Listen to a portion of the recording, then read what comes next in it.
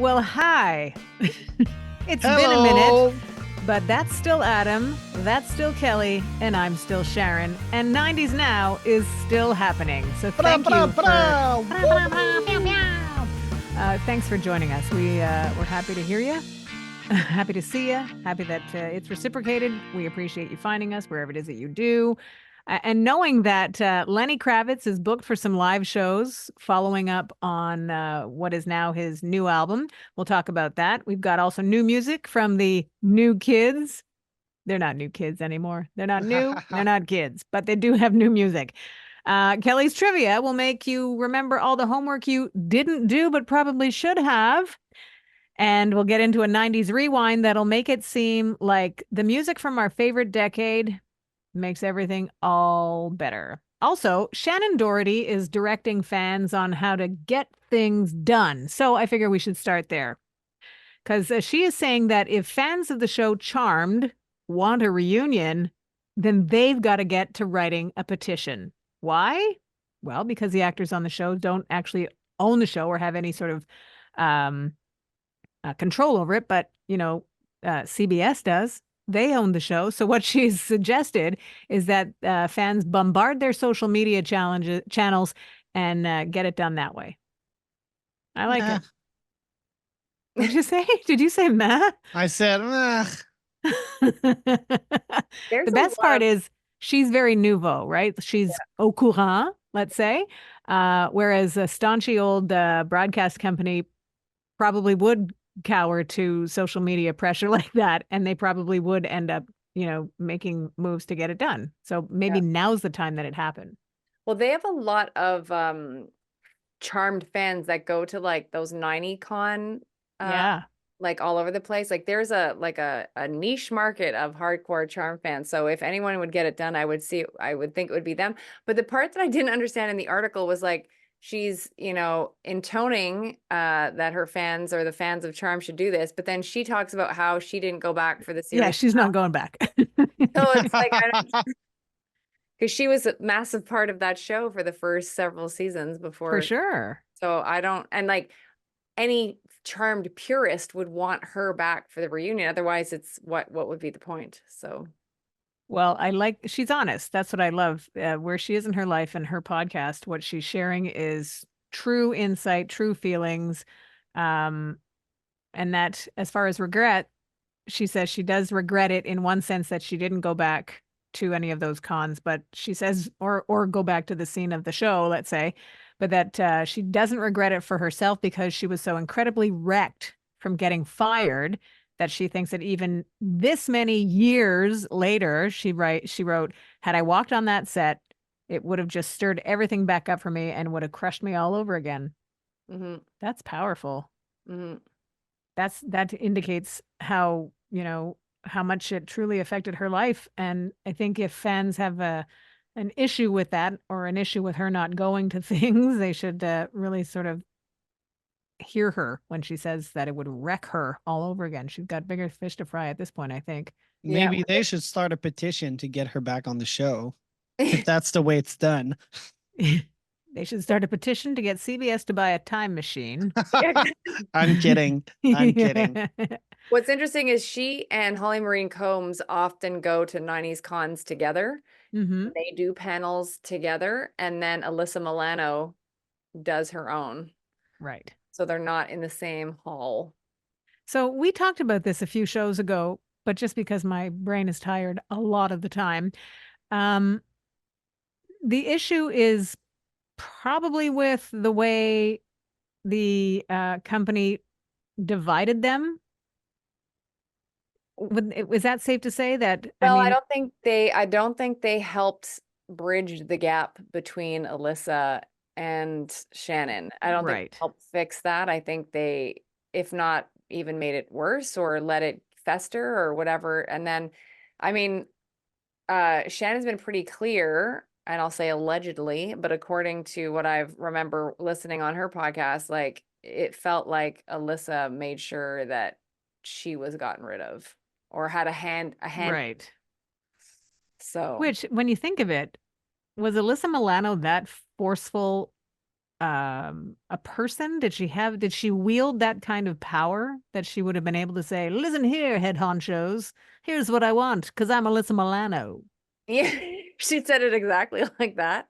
She talks kind of like Mae West. I'm Alyssa Milano, you hear? And then she took out her 2 side pistols. Chow And chow.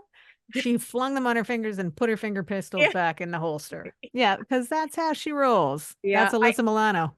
There's a whole if you do go back into to Shannon's podcast like episode history, there's one where she has Holly Marie Combs on and they discuss it at length. And I listened to this several months back, so I don't, I don't want to be remiss in my memory here, but it sounds like there was protocols put in place.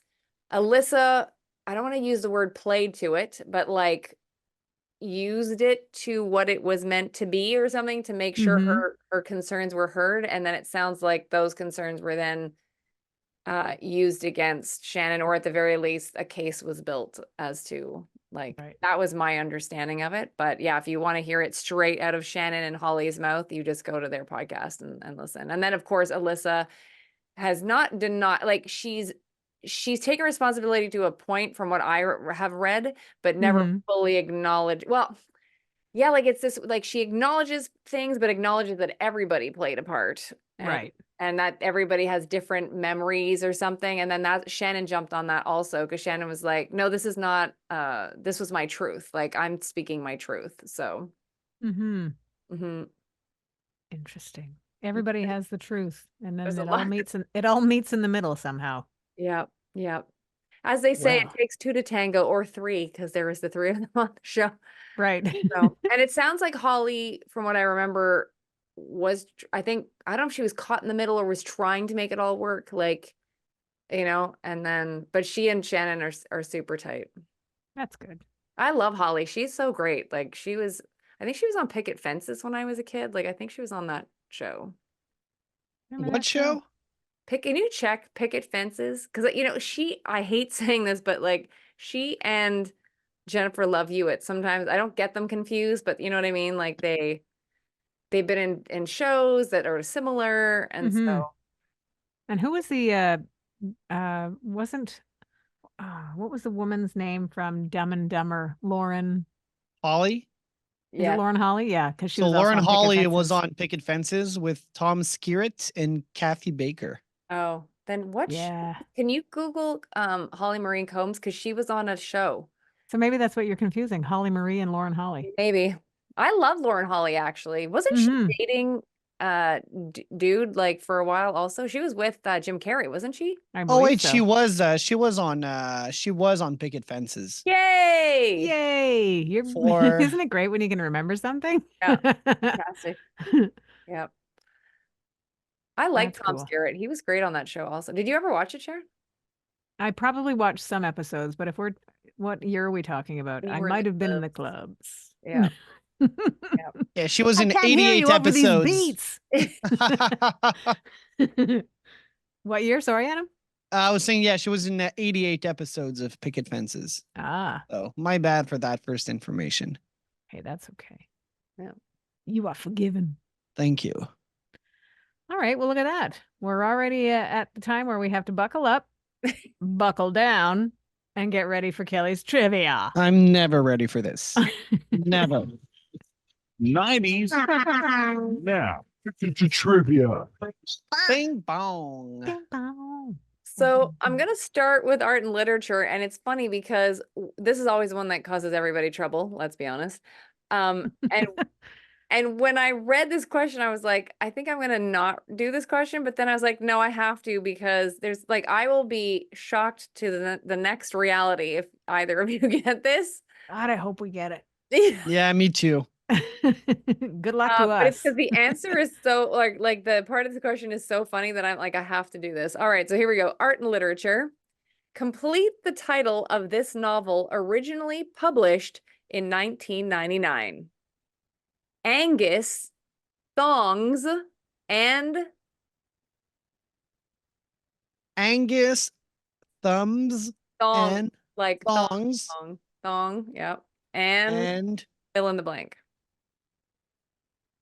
Sharon, Go, Sharon. rainbows. Because why not? That was a great one. I appreciate What's it. an Angus? A cow or it's a man. Yeah. Okay. Angus thong. So Angus, comma, thongs and blank.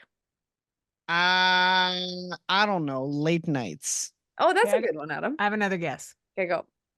Road trips. Oh, also good. Still Thank not you. that. All right, here we go. So the answer is Angus, thongs, and full frontal snogging dash perfect snogging. I Wow. almost thought exactly about that. Yeah. Almost exactly. Yeah, yeah. And I should say forward slash. So it's Angus, comma, thongs, and full frontal snogging forward slash perfect snogging. I would have, my next guess was going to be Angus thongs and Philly things. Philly things and songs. See what Oh, I they did made a there? movie about it in 2008. Did they?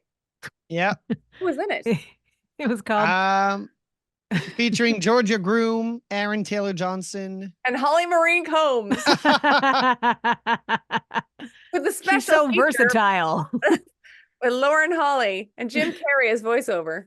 Yeah. Lauren Holly Combs. There we go. Question number dos. Here we go. This is under pop culture. What was a super fashionable but relatively impractical type of furniture in the 90s? So it's like a genre, for lack of a better word, of furniture. That was very what, but not very what? It was super fashionable but relatively impractical. And when I read the answer, because of course they decided to be fun as the card does, and it was like answer, comma, duh, exclamation mark. I was like, we didn't need the duh there. We didn't need it. Hmm. Yeah. In-house jukebox machines. Oh, that's nice. But no. Oh, that's nice that you structured all those words together like one. I will guess like beanbag furniture. Okay, so Adam, you get to decide if Sharon gets this right or not, because the answer is inflatables. I was totally going to say inflatables. Isn't I'll that give funny? it to you. Let's go. Good Oh, job, wow. Sharon. I had the only inflatable furniture I had was for my Barbie in her the vacation wagon, like the Winnebago thing. What was that called? Not Barbie's What was Dream it House. called? Oh, it the wasn't called. vacation bus or but I The had her modern furniture that you had to Tour blow up. bus? No. The what? the camper, Yeah, the camper. It was the the camper. camper van. Yeah. Yeah. So when she came home from her weekends at the camper van, she sat on her very comfortable inflatable furniture. Nice. That's Living the dream. yeah. In a pink frame. Exactly that. So, Do you want a yes? good inflatable anecdote? Who says no to that? So I went, was it 3 years ago? I think it's gonna be 2 years ago. I went to a Dua Lipa show in Mm, Osheaga in Montreal, a big music festival here. yep. And so she was headlining, and at one point, they all come out on stage with like inflatable lips. Like, Okay. let's say about, I don't know, like this big, if you're looking at the podcast with at the YouTube, like a human size length. And so they dance with it and they throw it away. And we catch the one that Dua Lipa kissed and then threw in the audience. Nice. And it's still in my place. And it's been over 2 years. And it's still fully inflated. Like as Wow. inflated as they want. And I just wonder what kind of gas they put into that. Do it. That's Or the Yes. it's not the gas. it's for a dual engine. Yeah. So That's the anyways, magic of Dua, I think. She's that damn good. I've got fully inflatable lips in my place. Have you seen her Is that your opening line at happy hours? Hey, take P.S. finger pistols? Yeah. Ah, good times. Yeah. Yeah. Just quickly, if you guys haven't watched yet, Dua Lipa's latest single from her new album, Radical Optimism, is called Illusion. And the Mhm. music video is super cool. Like, Yeah, did you see it, Adam? Did you go watch I it? did. It's amazing. And the whole album is kind of cool. Oh, There's no like standouts, but it's exactly what I expected. you know Really what's good. I funny liked is it. I like, like her. I love her. And like what's interesting is the other day when I was on air, because obviously Dua Lipa is our girl. And so we've been playing a lot of her songs off the new album. So Houdini, Training Season, Illusion. And what's funny is when you listen to them over and over, like they totally become like you're like, oh yeah, this is a great song. Mhm. But like Adam just said, I haven't had a chance yet to listen to the full album, but there's no levitating, like as far as I've seen yet, but they're all really strong songs. Like they're really Yeah. strong. So And sidebar, for me, the levitating that Missy Elliott took over and put Madonna on also, I thought was 10 times better than the original, which is basically what got airplay, which is great. I just thought it was the Missy Elliott factor on it and that Madonna was Mm-hmm. so Madonna on it. Mm-hmm. It really, I thought that Yeah. truly elevated the experience of that song. yeah. We don't hear it enough. I hear it on my iPad. My iPad? No, my phone. Just my regular phone. Sharon's new boombox is her iPad. Yeah. Hey, you want to jam? Yeah. Um, you know who I could jam with? Nice segue is Lenny Kravitz, who we'll talk about after we talk about New Kids on the Block because they've got a new album out, right? I just don't know the name of the album. I ran out of time. So, Adam, if you please. I'm blanking right now. Yeah. So it's apparently been like just over 10 years since this new album, since the last album.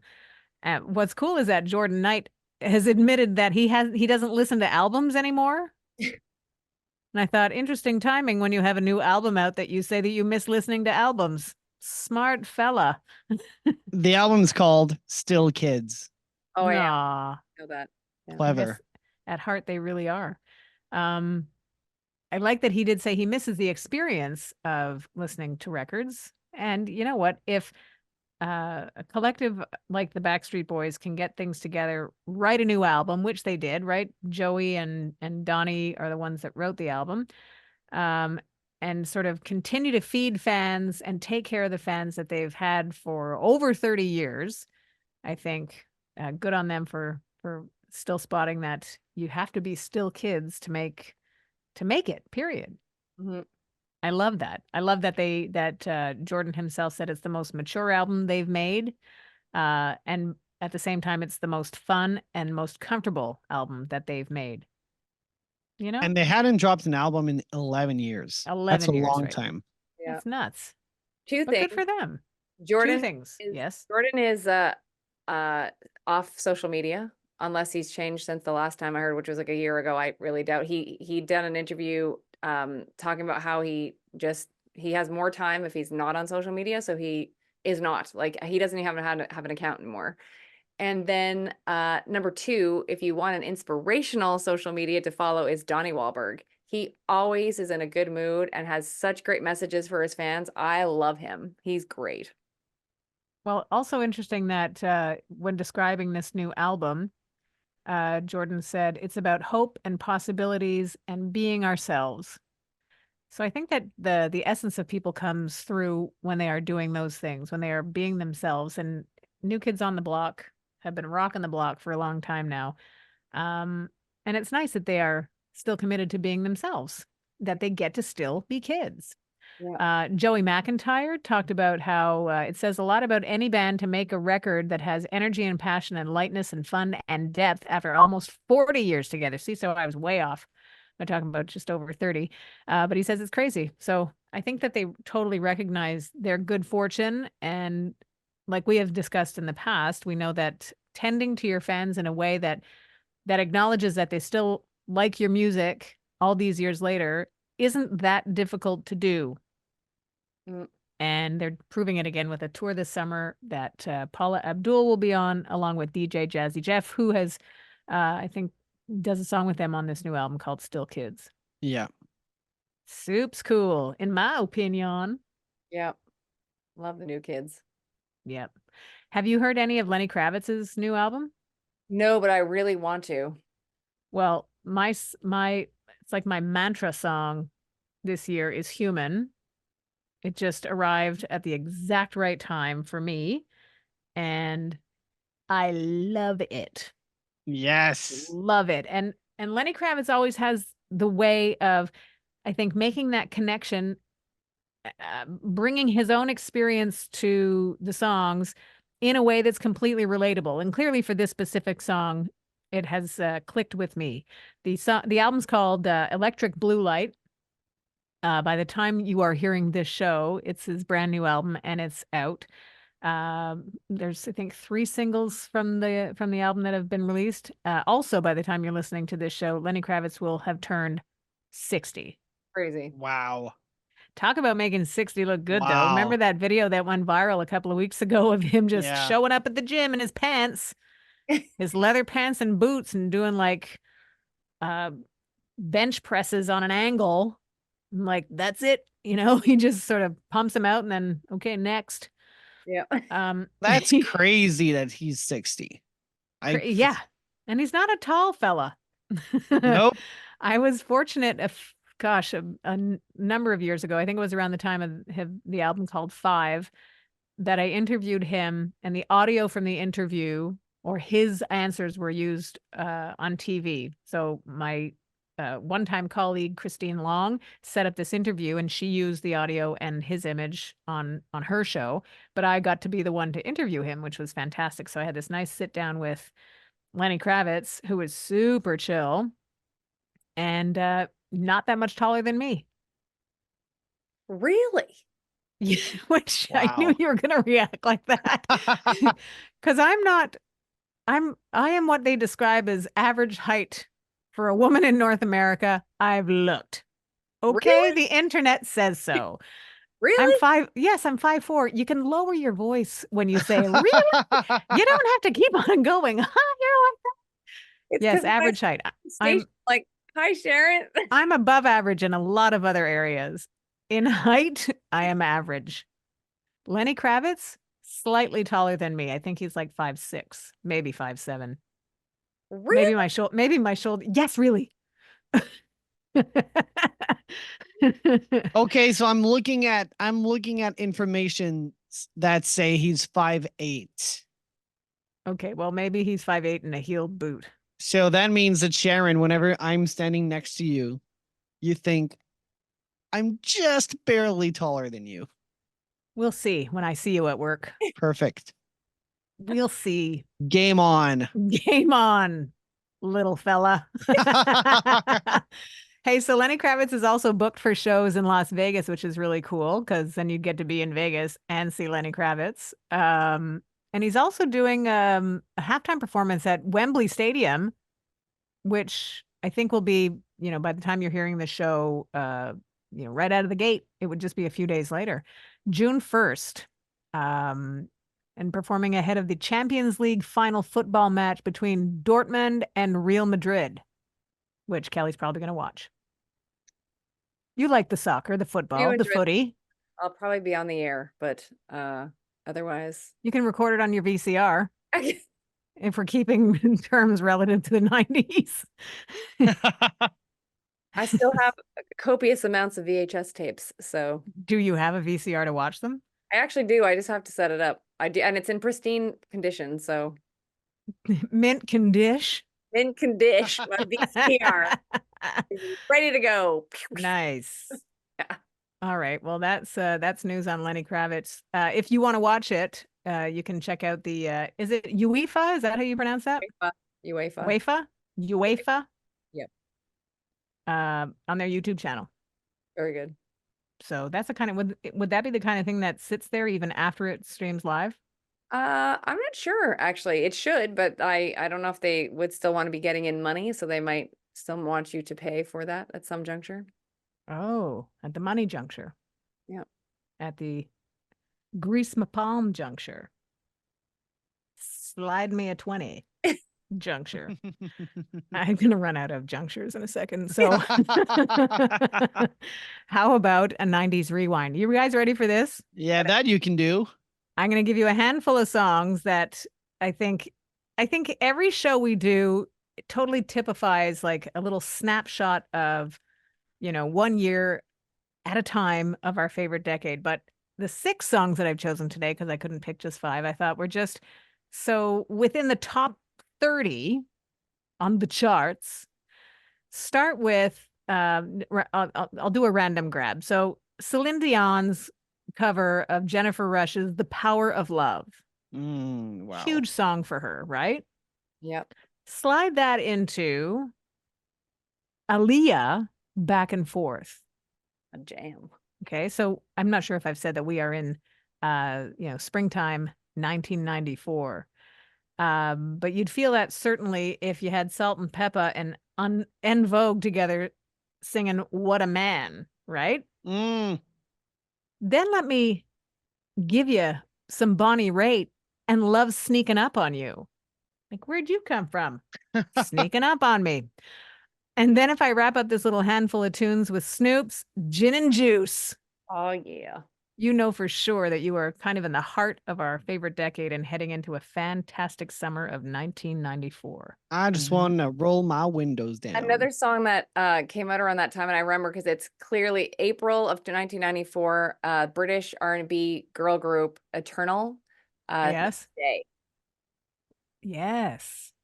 Yeah, that was the jam. And also, no, that would have been a year later. Sorry, so 93 April was Janet's "That's the Way Love Goes," but she was still releasing singles into 94. So, and she would have been on her Janet tour. That song for me says "Hot Summer Night." Like, because you could hear it in December and think, whoa, is it hot in here? Yes, it is, because Janet Jackson is on. And "That's the Way Love Goes." That's such a sexy song. It's nuts. I love it. Yeah. And that was the funny thing too, is when she came out with that first single, because "If" was the second single from that album, and "If" is obviously the banger, And when she dropped "That's the Way Love Goes" first, people were surprised because, and obviously they hadn't heard the rest of the album yet, but when they were surprised that she came in with this, but she's like, no, I just want to slide in the door. And then she slid in the door, blew everybody up because the jam is amazing, and then hit them Mhm. over the head with "If." Oh, So, yeah. yeah. Love it. And by the way, Janet recently turned 58. Woo!